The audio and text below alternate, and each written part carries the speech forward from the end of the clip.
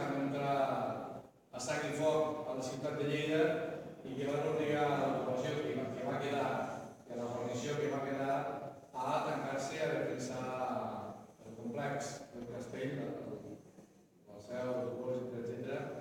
I que, com ja sabeu, va donar com a resultat immediat una gran desolació a la ciutat,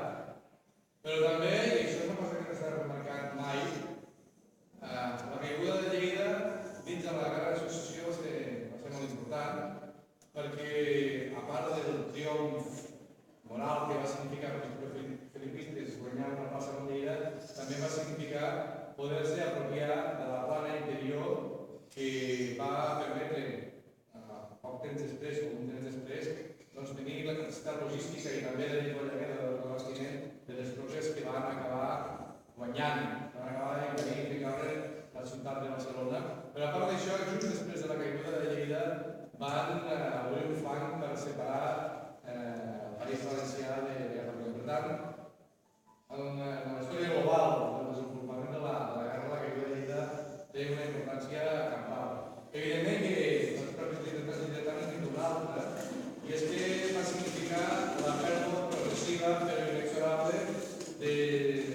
drets, privilegis i d'identitat. Al cap d'un temps va desaparèixer la Universitat d'Estudis General, la paeria, que era un règim de gestió municipal, unes característiques molt pròpies i que el definien respecte d'altres, també va acabar desapareixent i convertint-se en un corregimiento, seguint la pràctica de la uniformització de la política borbònica, elitista, i, clar, evidentment, per damunt de tot això va passar una altra cosa, i és que el que havia de ser un símbol de la ciutat va acabar deixant de ser ja definitivament catedral. Lleida es va estar gaire museu sense catedral, i imagineu-vos el que representa al segle XVIII una ciutat com Lleida no tingui catedral, i a més va significar l'enclavament permanent d'unes tropes a l'alt turó que no va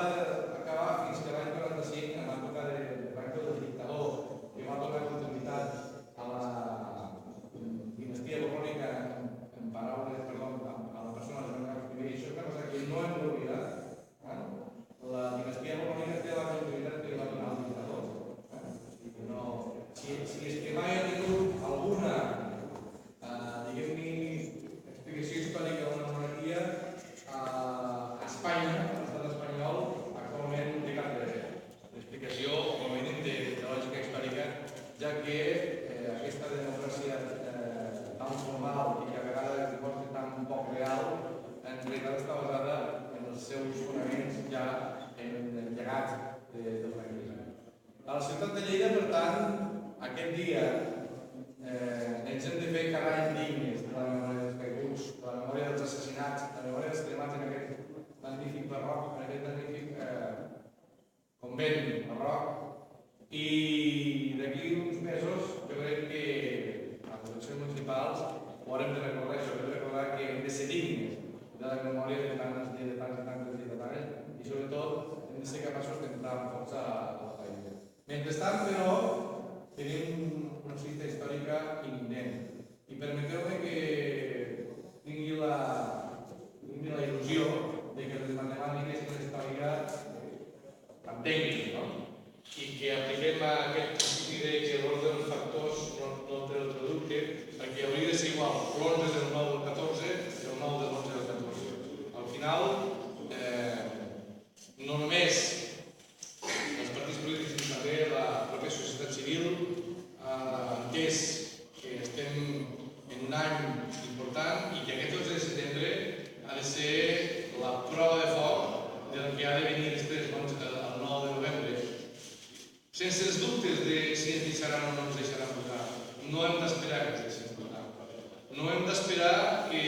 unes institucions, com he dit abans, que neixen ja ferides i tacades de feixisme i d'indignitat històrica, doncs hagin de dir al poble de Catalunya què és el que pot fer i el que no pot fer. Davant del món, el govern espanyol, per molt que després vinguin les Merkels i companyia a fer-los la gara-gara, està quedant en evidència, i si finalment decideix posar a la pràctica aquest pla que diu que té Mariano Rajoy i que és presumible que signifiqui com a cosa essencial i no ens deixa de votar, és evident que quedarà també en evidència aquest seu esperit democràtic. Però hem estat parlant sempre de que la consulta ha de ser legal i ha de ser també pactada. Legal, amb la llei de consultes que aprovarà el Parlament de Catalunya ho serà. I pactada o negociada o consensuada amb l'únic agent que podem ser-ho és amb el poble de Catalunya. Per tant, si tenim la legalitat que el propi Consell de Garanties Estatutàries diu que té, la llei de consultes, i tenim també la força moral que dona l'empenta i l'exigència del poble de Catalunya per que se celebri aquest 9-N, és indubtable que d'una manera o l'altra el 9 de novembre acabarà sent final. Mentrestant, no hem de defallir les persones que tingueu forces suficients com per mantenir-se durant tot el dia. Avui feu i fem una pinya important al Camp i Casal, que és el que també dona la pell de tothom de la situació davant del país, però sobretot davant del món. I mentrestant, insisteixo, fem-nos dignes de la memòria. Per això,